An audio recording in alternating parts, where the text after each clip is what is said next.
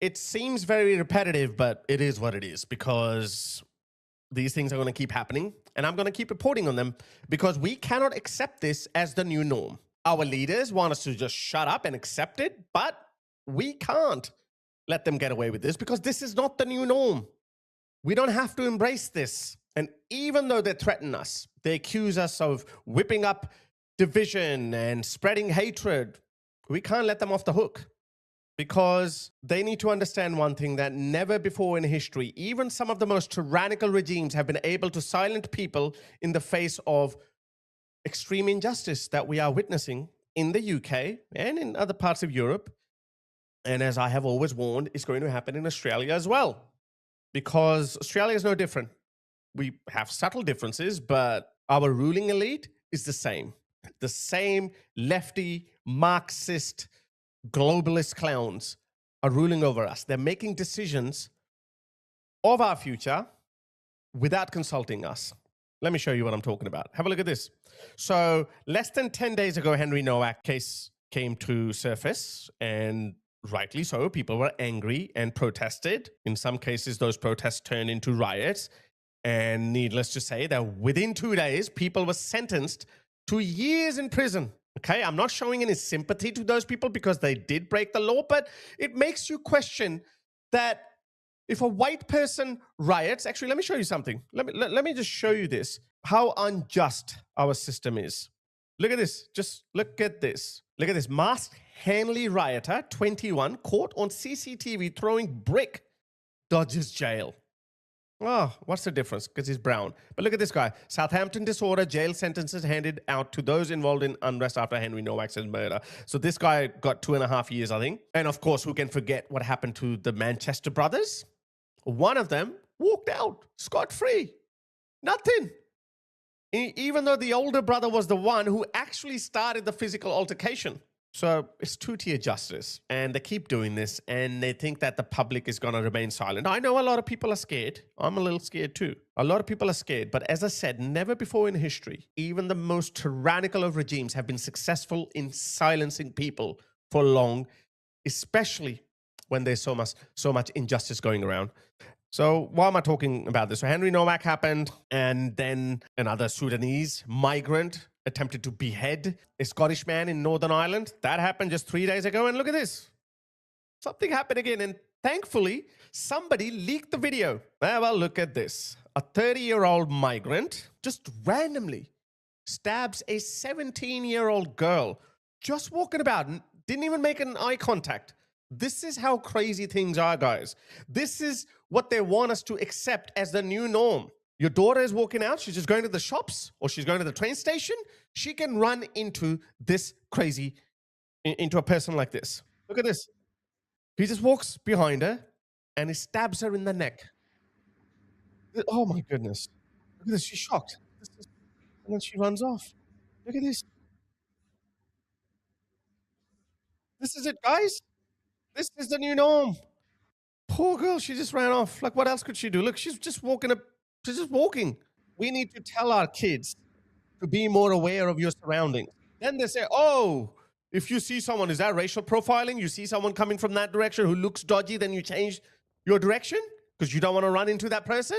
And you know what kind of person I'm talking about. So that just happened. And look, as you can see, this video was leaked. This is a CCTV footage. It's on someone's secured network. You can't obviously export the video.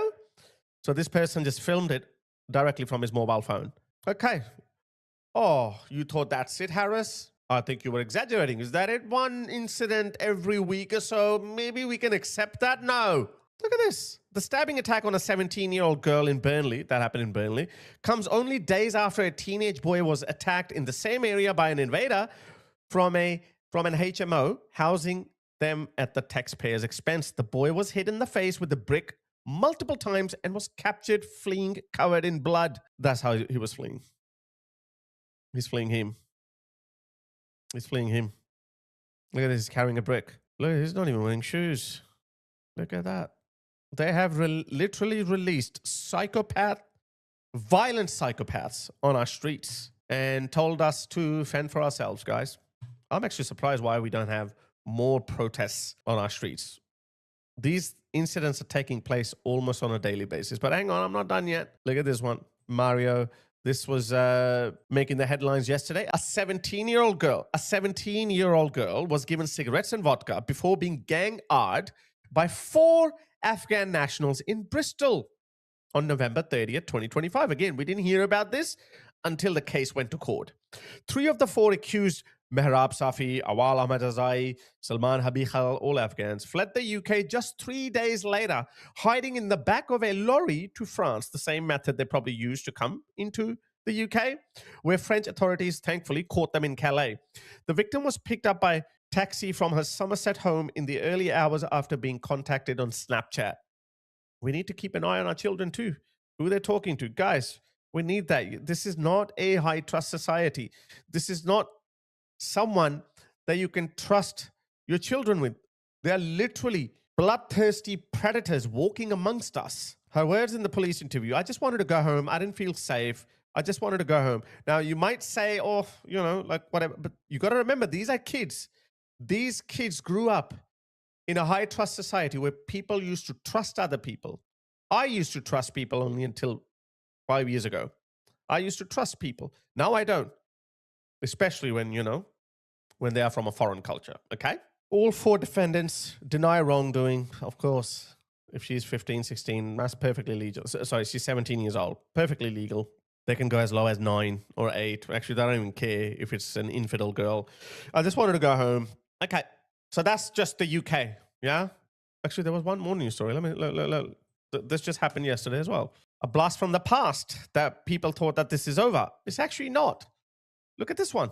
15 men have just been jailed for a combined 188 years in, of all places, Bradford, England, for the repeated and abuse of a teenage girl over a 4-year period between 2007 and 11. They kept going and going and going, and nobody stopped them. Nobody noticed anything. That tells you how broken is British society. It just terrifies me. What kind of a soulless society we live in. The victim was between 14 and 18 years old during the abuse and says the trauma has consumed nearly 20 years of her life. Police only identified her as a victim in 2015 after noticing multiple missing person reports linked to her name. Look at their faces. Look at their faces. Some of them have religious beards. This is a religious beard. This is a religious beard. This is a religious beard. This is a religious beard. This could pass as a religious beard. This is a religious beard. Basically, they're Islamists. They know about Islam. It's very easy for them to draw a straight line from Islam, what's pious and what's not. And then how can I fit abusing infidel girls or women in my pious worldview? Because Islam allows that. Muhammad had sex slaves. Muslims are allowed to have sex slaves, unlimited amount of sex slaves. I know there is a nuance. You have to go to war, but these people can easily tell themselves, hey, we are at war with these infidels. Isn't that what these Muslim scholars tell you day in, day out? Isn't that what they're telling you? That we are in a state of war. In fact, Islam has a word for it. It's called Darul Harb. Islam divides the world in 2 spheres.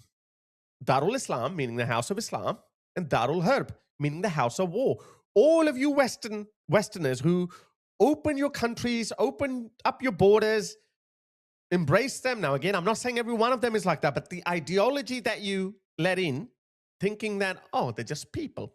Hindus, Buddhists, Christians, we're all human beings after all. All of you, let them in good faith. That's why you have thousands of these men, thousands upon thousands of these men. They're all Muslims, with a few exception of a few Sikhs here and there. Even one of them was actually a convert. Like, I don't know what it was, but that's it. All Muslims. 95% of them Muslims, and even Arab Muslims. Okay, let's be fair. They're not Saudi Muslims. They're not. Even Bengali Muslims are not, or for some reason, are not overly represented in these grooming gangs. But there's something, and even out of these Pakistani Muslims, a lot of them, most of them, are Mirpuris. You can even tell the way they look. Okay, so that's the UK for you, yeah? But you thought that, oh, maybe we should move out. Maybe we should go to Europe or something. Well, wait, it's even worse over there. Look at this. They may not be Pakistani Muslims over there. They're Moroccans or Syrians or Turkish in Germany. Breaking in Florence, Italy. A Moroccan migrant, Issam Chichiyi, this guy, was arrested for the brutal beheading. Beheading, guys. What's the obsession with beheading? This is the obsession with beheading. And then they say, oh, why do you talk about Islam? Why do you drag people into it? Can you blame us? When you have these people openly, proudly, boastfully spreading these ideas, hiding behind plausible deniability that, hey, look, we're not explicitly telling people to do that. We're just speaking about it in religious context. You know what? Anthony Albanese, the worst prime minister in Australia's history, hastily enacted those hate speech laws in the wake of the Bondi terrorist, who was an Islamist. He cooked up those hate speech laws, but he left a little get out of jail card clause for the Islamists that you can speak about other minorities or other communities in a disparaging manner in a religious context, because that falls under religious freedoms. So if a Muslim scholar reads the Quran, chapter 9, verse 29, which this guy is discussing here, that is perfectly fine. And that's exactly what he's doing. Prepare that's for the them loophole, guys. What you can from strength and from horses that you will terrorize, you will frighten and That's terrorize the adu Allah, the enemies of Allah and your enemies. I will, subhanallah, I will put fear and terror in the hearts of the enemy. So ألقي في قلوب الذين كفروا رعب, terror. فاضربوا فوق الأعناق. Hit them above the necks.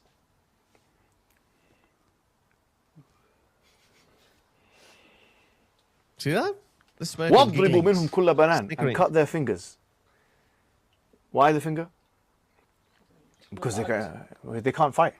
You disable a very intelligent way. You cut their hand, cut their neck. That's their obsession with beheading. That's Quran. This one. This is what it's talking about. So make firm the feet of those who believe. I will cast terror. Terror, that's what he was talking about. Into the hearts of those who disbelieve. Not those who fight you. Not those who reject you. Those who just disbelieve. I don't believe. I don't believe in you. Islamic nonsense. I don't. Therefore, this verse applies on me and you, because you don't believe in it either. So strike at their necks and strike at every paw and tip. Fingertips. That's why, guys. That's why they go for the neck. She's got stabbed in the neck, the poor girl. I don't understand how, we remember what happened to Irina on that train. Like when she looked up in sheer terror and disbelief that, why? What did I do? What did I do to you? The blame solely rests with our freaking leaders who did this. They're still doing this. And look at this. And come back here. But the brutal beheading of a 44-year-old German homeless woman. She was a homeless woman. One of the most vulnerable of our society.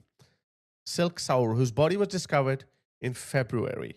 This horrific case is drawing renewed attention amid ongoing concerns over migration, crime, and cultural integration in Europe. Sorry, I got one more. This one is just as brutal and despicable, this time in France. An 86-year-old woman, again, the most vulnerable people. Children, girls, boys, the elderly, homeless people. An 86-year-old woman was found dead in the middle of the street after being assaulted in La Garde du Rui. A murder investigation has been opened and the perpetrator is being actively sought. Something tells me that's going to be another migrant. So that's where we are at, guys. That's the new norm. That's what they want us to accept. Should we accept this? I don't think so. I think we need to keep talking about this. So this video that is going viral now, and as I said, luckily someone felt the need to leak it. This person leaked it. This video on this account alone has had 2 million views. I think Tommy Robinson also posted this video because that's how I saw it. And how many views has his post has had? 6.2 million views. There you go. So the world is watching, guys. Look at this. This video that I showed, this account that I showed you has had 2 million views. Tommy's video has had 6.2 million views. Now tell me, how can anyone not get angry? And I'm sorry.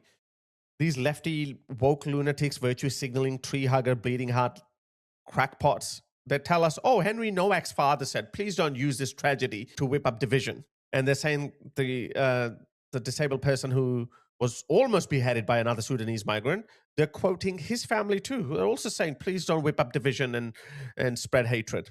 Well, respectfully, this is a political issue. Yes, Henry Nowak was your family member. Yes, we're not pretending that we are more hurt and damaged than you because you lost a son or a loved one. But we also lost something. We are also losing something with each of these incidents. Today was your son. I'm concerned tomorrow it could be my child or my loved one. And people are allowed to think like that. So respectfully, you don't get to decide, even if you're a family member of the victim, you don't get to decide whether we should get angry at this or not. I'm sorry. Sorry, but not sorry.